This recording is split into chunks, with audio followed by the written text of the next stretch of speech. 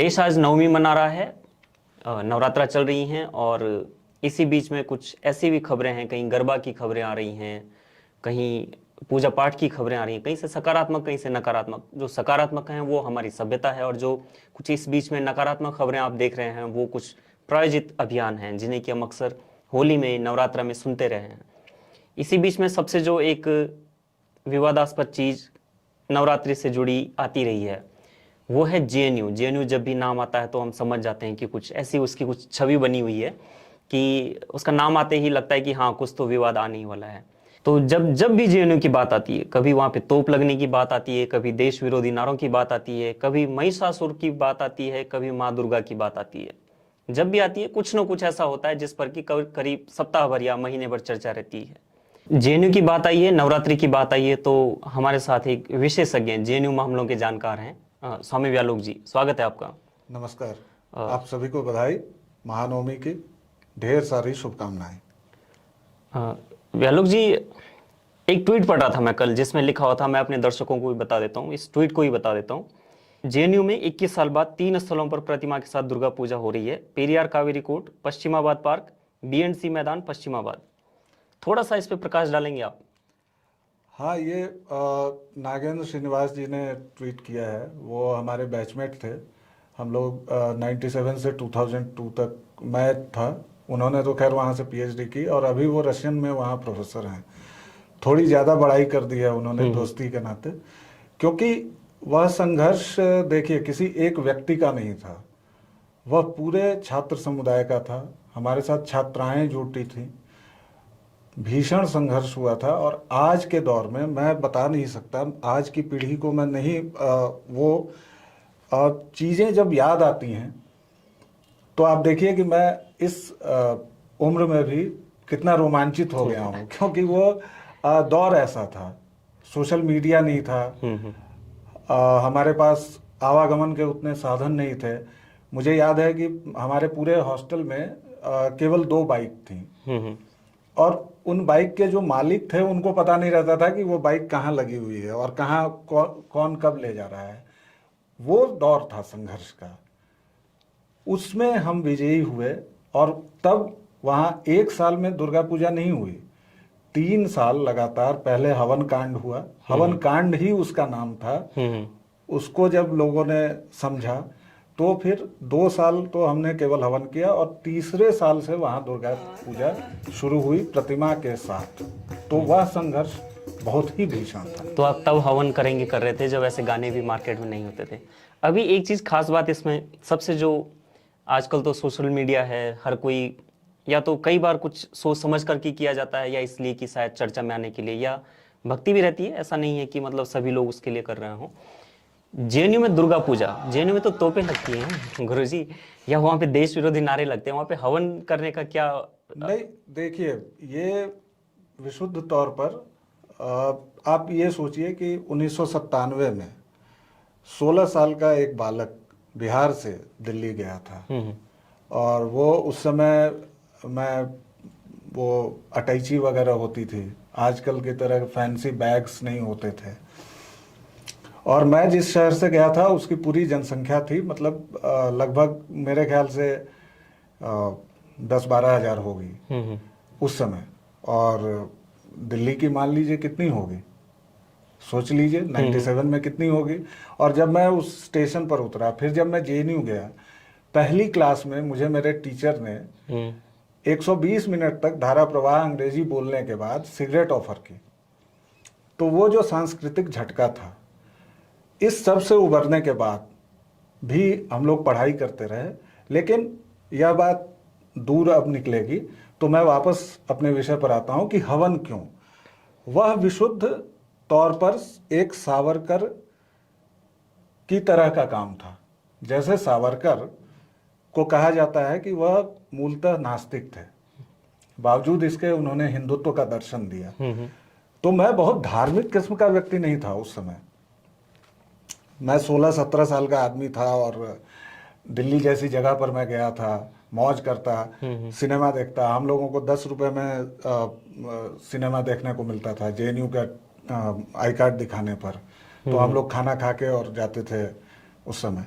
लेकिन खैर फिर से मैं उसी विषय पर आता हूँ। असल में हुआ ये कि यही अगस्त जुलाई का महीना था और इफ्तार पार्टी होती थी, अच्छा लगता था। 40 दिनों का रोजा होता जेएनयू था, में इफ्तार जेएनयू में इफ्तार पार्टी होती थी। ये मैं आपको 97-98 की बात बता रहा हूँ। तो इफ्तार पार्टी में जो पैसे लगते थे वो हरेक के हेड पर बिठा दिया जाता था, बिना किसी डिस्क्रिमिनेशन के, बिना किसी धर्म के। मतलब ऐसा नहीं है कि आप मुसलमान हैं तभी आपके मेस बिल में पैसा बढ़ेगा, आप हिंदू हैं तो भी आपको मेरे मेस बिल में भी 10 रुपए 20 रुपए बढ़ते थे या 25 रुपए। लेकिन 97-98 में सवाल 10 रुपए या 5 रुपए का नहीं था, सवाल ये था कि हरेक बच्चे के मेस बिल में जोड़ा जाता था और ये पूरी व्यवस्था होती थी मेस की तरफ से।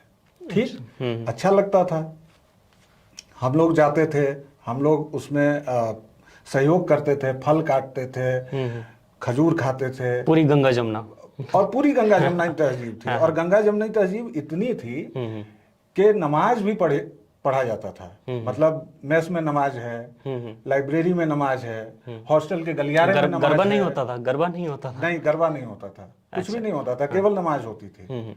और नमाज कहीं भी होती थी, मतलब हॉस्टल के गलियारे से लेके, हॉस्टल की छत से लेके, लाइब्रेरी के गलियारे, कहीं भी आप नमाज पढ़ सकते हैं। अच्छा है, गंगा जमुनी तहजीब है। ये अगस्त सितंबर की बात है। अक्टूबर में हमारी दुर्गा पूजा होती है। तो हम लोग, कुछ लोग 7-8 कम्युनल लोग बैठे हुए थे और मैंने कहा कि यार दुर्गा पूजा में ना घर की याद आती है। मेला वेला लगता था छोटा, चिरखी विरखी, छोटे शहर के लोग थे। तो हमने कहा कि यार यहाँ पर तो अगर मान लो कि करना भी चाहें तो कैसे करेंगे। तो हमारे एक मित्र थे रविभूषण, आजकल बड़े अधिकारी हो गए हैं और अच्छी जगह पर हैं, एक अच्छे मंत्रालय में हैं, बड़े पोस्ट पर हैं। अगर वो देख रहे होंगे तो वो गुस्साएंगे भी कि मेरा नाम क्यों ले लिया। जरूर देख रहे होंगे। तो उन्होंने कहा कि क्यों नहीं करेंगे, करेंगे। तो होते हवाते हम 5 कम्युनल लोग तैयार हुए कि हम लोग भी भाई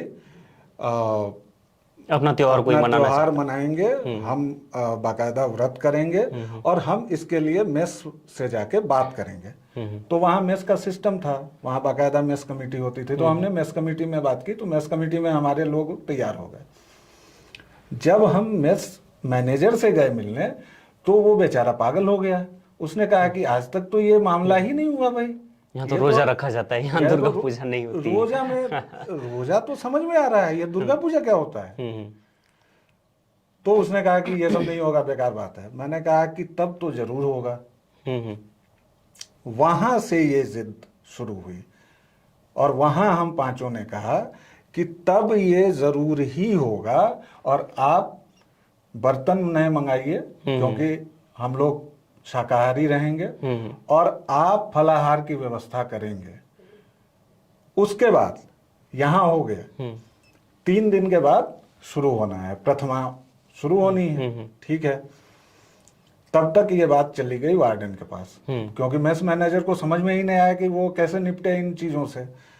और वार्डन थे हमारे माननीय कांति वाजपेयी जी। ये वही कांति वाजपेयी जी हैं जो बाद में आपके दून स्कूल के हेडमास्टर बने, आजकल कहीं विदेश में पढ़ा रहे हैं, सिंगापुर में या कहीं भी, और इंटरनेशनल रिलेशंस के बड़े विद्वान माने जाते हैं। वैसे मूलतः बनारस के हैं और अच्छे आदमी थे, मतलब काफी secular, left leaning, progressive, you know, things like that. और उसमें वो खेलते थे, टेबल टेनिस खेलते, लॉन टेनिस खेलते थे उस समय। लाइफस्टाइल चिक लाइफस्टाइल। तो उन्होंने हमें बुलाया, हाफ पैंट पहन के बैठे हुए थे और बोले कि लोग तुम ये सब करने आए हो। मैंने कहा कि जी मैं बिल्कुल यही सब करने आया हूँ। तो बोले कि क्या करने आए हो। मैंने कहा कि देखिए गुरुजी, ऐसा है कि मैं जब चल रहा था तो मेरे पिताजी ने कहा कि देखो जहाँ जा रहे हो वो कम्युनिस्टों का गढ़ है, तो तुम जीवन में कुछ करना है या नहीं करना, जब तुम निकलना तो कम्युनिस्टों को उस गढ़ से उखाड़ फेंकना। तो मैं यही करने आया हूँ और उसकी शुरुआत इस सांस्कृतिक कार्य से होगी। उसके बाद बहुत सारी बहस हुई। फिर वो आजकल जो आप लोग देख रहे हैं ये गरबा का कि कल्चरल और रिलीजियस, ये बात सबसे पहले मुझे माननीय कांति वाजपेयी जी ने बताई थी कि देखो तुम्हारा जो काम है ना वो रिलीजियस है, और रोजा क्या है, वो तो कल्चरल है, वो लोगों को जोड़ता है। हाँ वो लोगों को जोड़ता है। और रोजा और इफ्तार, इफ्तार तो बहुत ही कल्चरल चीज है। देखो तुम खुद पीते हो रूह अफ़ज़ा, कितना अच्छा लगता है। मैंने कहा कि एकदम अच्छा लगता है। उसी तरह मैं भी व्रत करूंगा और आप सारी व्यवस्था करेंगे, सभी लोग फलाहार करेंगे और नवमी को हवन भी होगा, और उस हवन की व्यवस्था भी हॉस्टल करेगा। और अगर नहीं करेगा तो मैं आप पर अपने धार्मिक अधिकार के अतिक्रमण के लिए जा रहा हूं मुकदमा करने। और उस समय मैं पढ़ता लिखता था, हिंदुओं के धार्मिक अधिकार। हाँ। अब ये बात किसी ने सोची ही नहीं थी कि हिंदुओं के भी धार्मिक अधिकार होते हैं। तो बहुत बवाल हुआ, लेकिन हम लोग अड़े रहे। उसके बाद हमने क्या किया कि हमारे कमरे में शाम को हम आरती करते थे, जग जननी जय जय मैया जग जननी जय जय। तो पहले दिन 8 लोग आए, दूसरे दिन करीब 10-15 लोग आए। और उस आरती में जो पैसे मिलते थे हमें, मतलब कोई 2 रुपए, कोई 5 रुपए, कोई 10 रखता था, दूसरे दिन से कुछ लड़कियां आने लगी। अच्छा। मतलब देखिए, हिंदुओं के साथ समस्या ये है कि आपको एक लीडर चाहिए हमेशा, इनिशिएट करने के लिए। इनिशिएट अगर आपने कर दिया तो बहुत लोगों के मन में वही सब भावनाएं रहती हैं कि यार हमारा तो दमन हो रहा है, लेकिन आगे कौन बढ़े। क्योंकि उसके बाद जो जो मुझे भुगतना पड़ा वो सब भी आप जानेंगे। लेकिन होता क्या है कि इंटरनल जो आपका इवेल्युएशन वाला सिस्टम होता है, तो उसमें हमारे टीचर्स ने बाद में हमें कहा कि आइडियोलॉजी डज मैटर। और मुझे C+, B-, और उसके बाद आगे बहुत सारी चीजें हुई, कंसिक्वेंसेस, उसके परिणाम दुष्परिणाम भुगतने पड़ते हैं। हो सकता है कि आज, मतलब मैं इन बातों की चर्चा शायद पहली बार आपसे कर रहा हूँ। आज तक इसलिए भी नहीं की क्योंकि लोग ये भी कह सकते हैं कि इसके अंगूर खट्टे थे, इसने पढ़ाई लिखाई नहीं की, नेतागिरी की, और अब ये उन पर थोप रहा है। लेकिन जहां इंटरनल इवैल्यूएशंस होते हैं ये सब दिक्कतें होती हैं। खैर, तो तीसरे दिन से 5-6 लड़कियां आने लगी। उसके बाद हमारा कारवां बढ़ने लगा, 20-30। षष्ठी या सप्तमी के दिन हालत ये हो गई कि मुझे उसका जेरोक्स करवाना पड़ा आरती का। अच्छा। जग जननी जय जय का। और हम लोगों को करीबन 50 जेरोक्स, और उस पर हम लोग लिख देते थे कि कृपया इसको वापस लौटा दें, क्योंकि हमारे पास इतने भी पैसे नहीं थे। भाई उस समय लालू राज था, पिताश्री मेरे मुझे 1200 रुपए भेजते थे, 750 रुपया मेस बिल रहता था। और वो कैसे 1200 भेजते थे मुझे नहीं पता। तो इतनी गरीबी में हमने शुरू किया, लेकिन अंत में हमारे पास इतना पैसा होने लगा कि हमारा फलाहार भी हो जाता था, खूब सारी धूप बत्ती, धूप दीप सब हो जाता था। और अष्टमी तक आते आते हमारे पास करीब 1000 रुपए का कॉर्पस फंड बन गया। मतलब कि नवमी को अब कल हमें हवन करना है। अब हवन करना है वो तो ठीक है। अच्छा, इस बीच में क्या हुआ कि कुछ शरारती तत्व हर एक जगह होते हैं और मजाक किया। तो उन लोगों ने अपना, हमारा जो हॉस्टल का ये था कि हमारा गलियारा है, इसमें पूरी हिंदू बहुल जनता थी। ऊपर जो थे वो मतलब हमारे मुस्लिम साथी रहते थे।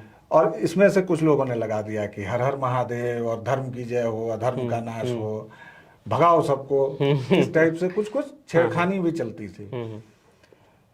लेकिन अष्टमी तक माहौल बहुत खराब हो गया। हम 3-4 लोगों पर 2-4 मुकदमे हो गए, प्रॉक्टर का केस हो गया। मैंने मौन व्रत ले लिया सप्तमी से। मैंने कहा कि हमारे ये जो प्रवक्ता हैं, हमारे एक सीनियर थे, अभी वो सिडनी यूनिवर्सिटी में पढ़ाते हैं, डॉक्टर अशोक शर्मा।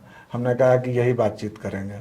अच्छा, उस समय BBC वाले भी आ गए, और संघ का ये चल रहा था। संघ वाले सुबह में शाखा लगाते थे बगल में। पश्चिमाबाद जो आपने पहला ट्वीट में कहा ना, तो वो JNU के हॉस्टल से सटा हुआ है, तो वहां संघ की शाखा लगती थी। तो संघ के प्रचारक महोदय हमसे मिलने आए।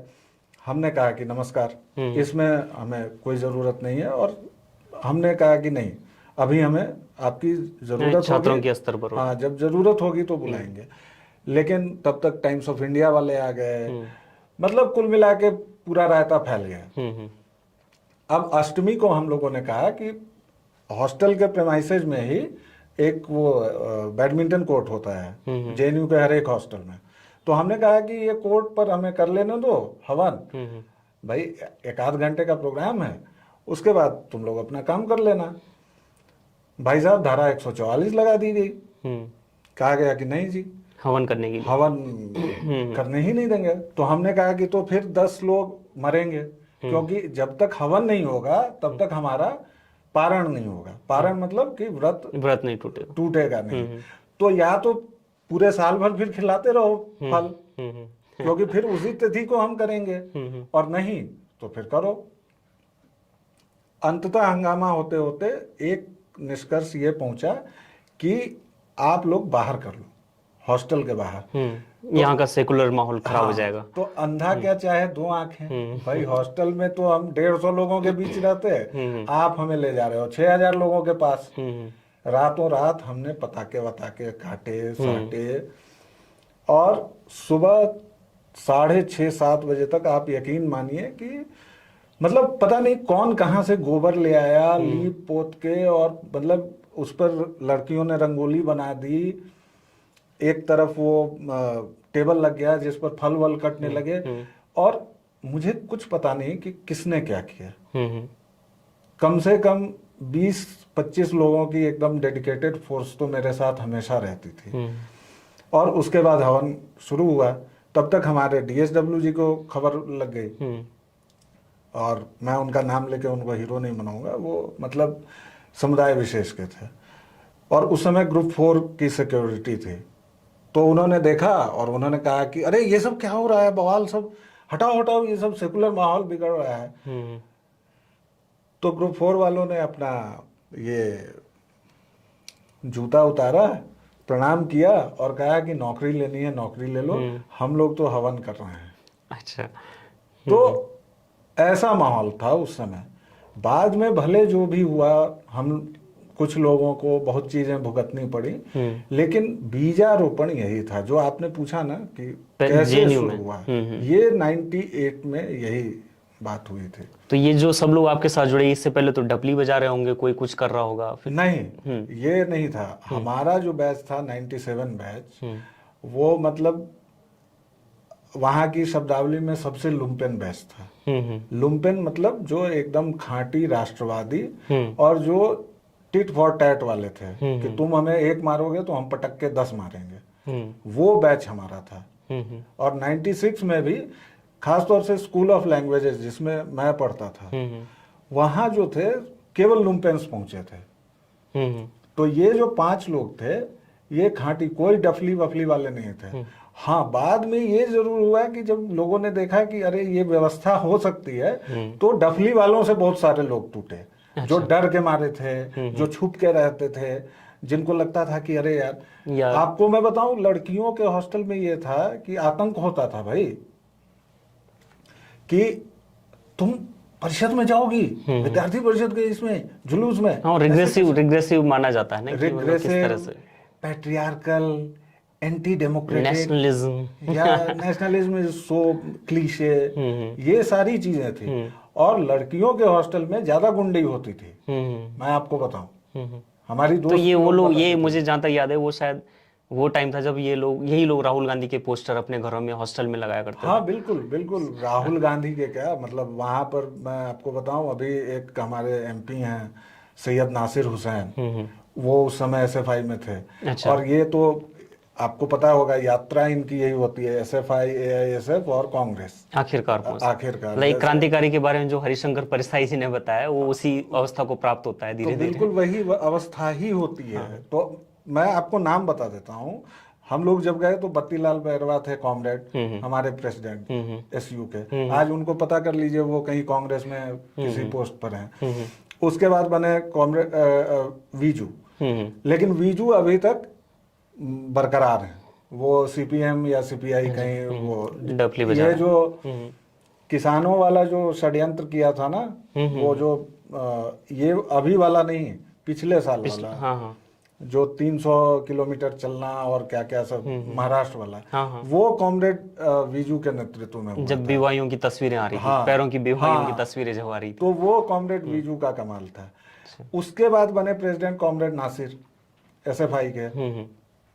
वो भाई साहब आज राज्यसभा का सुख भोग रहे हैं। सबसे ताजा कॉमरेड तो कन्हैया कुमार हैं। ताजा कॉमरेड कन्हैया कुमार, और ताजा कॉमरेड क्या, उसके पहले के जो दो रहे हैं वो भी आजकल कांग्रेस में ही है। कोई प्रियंका दी के साथ ढो रहा है सामान, कोई किसी के साथ ढो रहा है।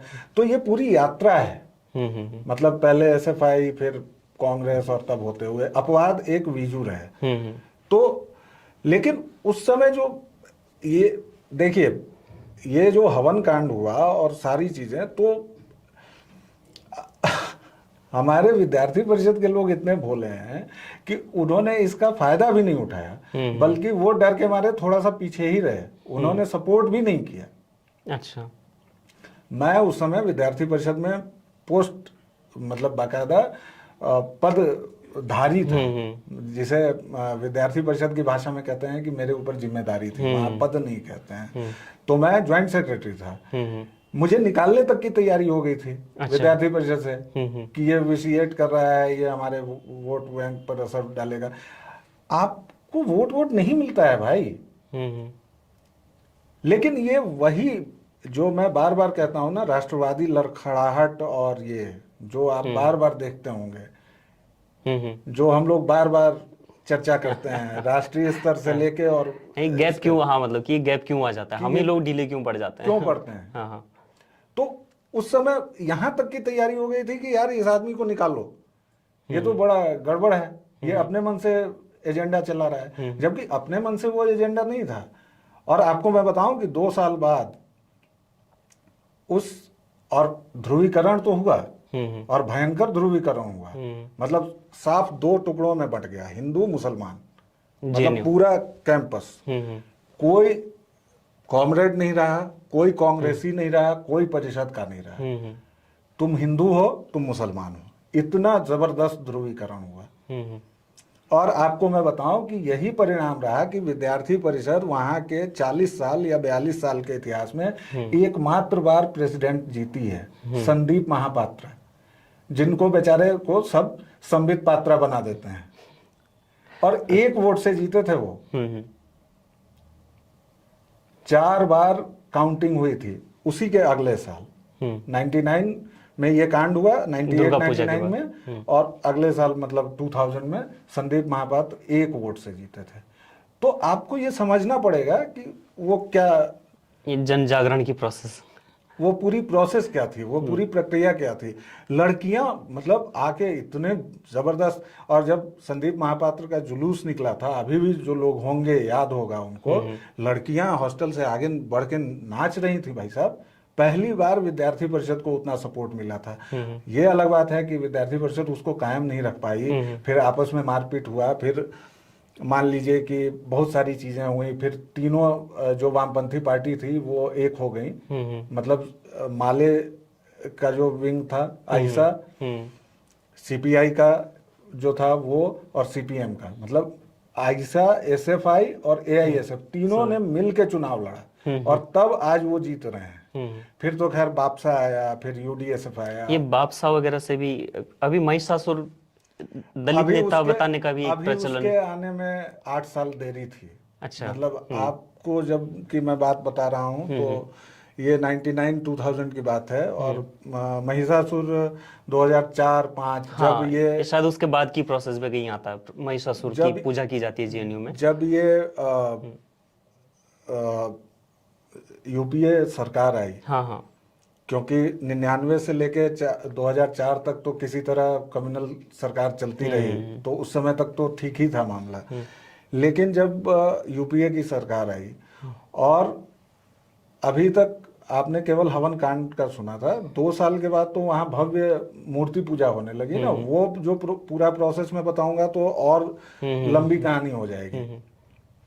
98 में हमने पेरियार में किया, फिर 99 में भी हमने हवन ही किया। और मैंने कहा है कि उस समय हमारे एक साथी थे मुकेश कश्यप, वो संघ के वहाँ के जो मतलब जेएनयू के जो गठनायक होते हैं वो थे, मतलब वो सुबह सुबह लाठी चलवाते थे।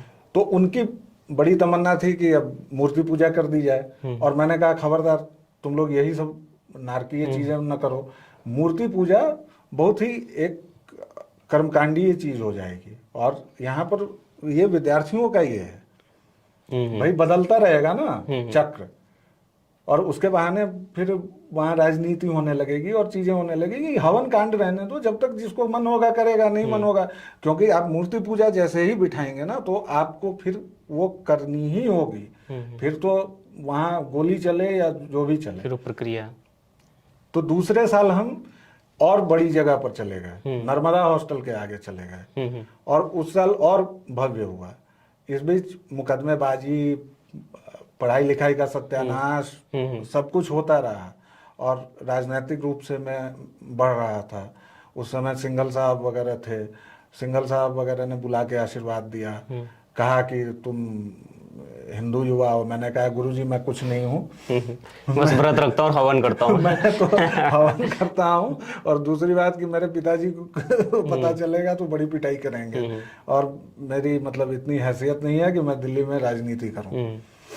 तो वो अलग स्तर पर चीजें चल रही थी, लेकिन 2000 ईस्वी में आखिरकार मुकेश कश्यप एंड कंपनी यानी संघ के जो लोग थे वो सफल रहे, क्योंकि मैंने देखा कि मतलब उस समय तक ये हो गया था कि जैसे ही दुर्गा पूजा आने वाली होती थी तो 5-6 दिन पहले एक पर्चा वर्चा हम लोग हल्का सा छपवा देते थे, और हर एक हॉस्टल में एक एक आदमी को दे दिया जाता था कि भैया तुम कुछ चंदा कर लो। मैं उस दिन प्रथमा को सुबह उठा तो अचानक मैंने हल्ला सुना, और पता चला कि माता जी की प्रतिमा आ गई है। मतलब इन लोगों ने रातों रात कांड कर दिया, षड्यंत्र कर दिया, मतलब वो मुझे भी नहीं पता चला। तो मुझे बुरा तो बहुत लगा, लेकिन मुझे लगा कि चलो माँ की यही इच्छा है। और आज 21वें साल में जब मैं देख रहा हूँ या सुन रहा हूँ कि 3 जगह ये चीज हो रही है, तो मुझे लगता है कि ठीक ही हुआ। तो आप जो महिषासुर वाली बात कर रहे थे, तो 2000 ईस्वी में दुर्गा पूजा शुरू हो गई, और वो भव्य से भव्यतर होती गई, और विद्यार्थी परिषद उसी अनुपात में शक्तिशाली होती गई। भाई सांप्रदायिक पार्टी है ना, और खाद पानी है, हिंदू तो बाय डिफॉल्ट सांप्रदायिक है। हाँ, वैसे भी तो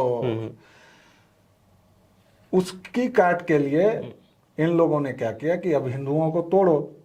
तो इन्होंने बनाया पहले यूडीएसएफ, यूनाइटेड दलित स्टूडेंट्स फेडरेशन, लेकिन वो मोटे तौर पर कुल मिला के रहे हिंदू फोल्ड में ही।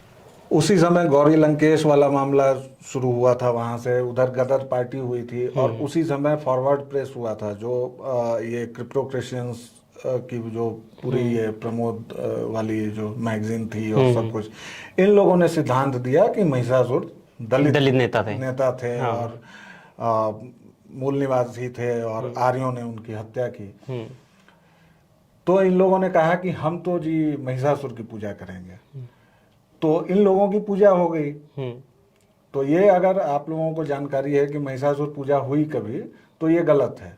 इन्होंने कोशिश की थी, लेकिन जिन लोगों ने कोशिश की उनकी भरपूर पूजा की गई, अच्छा, विद्यार्थी परिषद के लोगों द्वारा, और उसके बाद से वो मामला खत्म हो गया शांतिपूर्ण तरीके से। हाँ, वो शांतिपूर्ण तरीके से 2-4 एफआईआर वगैरह के बाद निबट गया। लेकिन इन लोगों ने कोशिशें जारी रखी, सेंध लगाने की कोशिश होती है ना, वो तो वो हर एक बार क्या हुआ कि कभी ये किसी मेस में पिटाई खा जाएं, कभी ये मेस में अचानक से करने लगे कि मूल निवासी महिषासुर पर आर्यों का आक्रमण। तो 10-20 लड़के हमारे पहुंचते थे, 20-25, और हो जाती थी मारपीट, सुलह। काफी सुलहपूर्ण वातावरण में वो सब। तो वो चीजें चलती रही, लेकिन फिर जो ये 2004 से 2012 मतलब 8-10 का जो वक्त था, उस समय विद्यार्थी परिषद के अंदर भी चीजें बहुत खराब चल रही थी, मारपीट हुई थी, और बहुत सारी चीजें थी। तो ये पूरा जेएनयू का एक प्रकरण था। तो दोस्तों ये थी एक दुर्गा पूजा से संबंधित एक जेएनयू के भीतर का मामला, और जो उसके चश्मदीद और जो उसके खुद एक आयोजक थे व्यालुक जी हमारे साथ थे, उन्होंने अपना अनुभव बताया। नवमी की सभी लोगों को शुभकामनाएं, नवरात्रि की आप सभी लोगों को शुभकामनाएं। देखते रहिए द इंडियन अफेयर्स। हम फिर मिलेंगे ऐसे ही रोचक अनुभवों के साथ, और भी चर्चाएं आपको यहीं पर देखने के लिए मिलेंगी। जाने से पहले बस मैं एक बार उन सभी लोगों का फिर से धन्यवाद देना चाहता हूं जिन्होंने 97 से लेकर 2002 तक वह संघर्ष किया। मैं बहुत सारे नाम नहीं ले पाया, बहुत सारे नाम मैं भूल गया, लेकिन रविभूषण हो या उत्पल हो या राजू हो या चंद्रकांत हो या अशोक शर्मा सर हों या रणविजय सर हों या अंशु जोशी हों या एलिना सामंतराय हों, ये जो लोग भी हैं जहाँ भी हैं, अगर ये देख रहे हैं तो इनको वो सारी बातें फिर से याद आएंगी, उनके चेहरे पर फिर से मुस्कुराहट आएंगी। आप सभी दर्शकों श्रोताओं को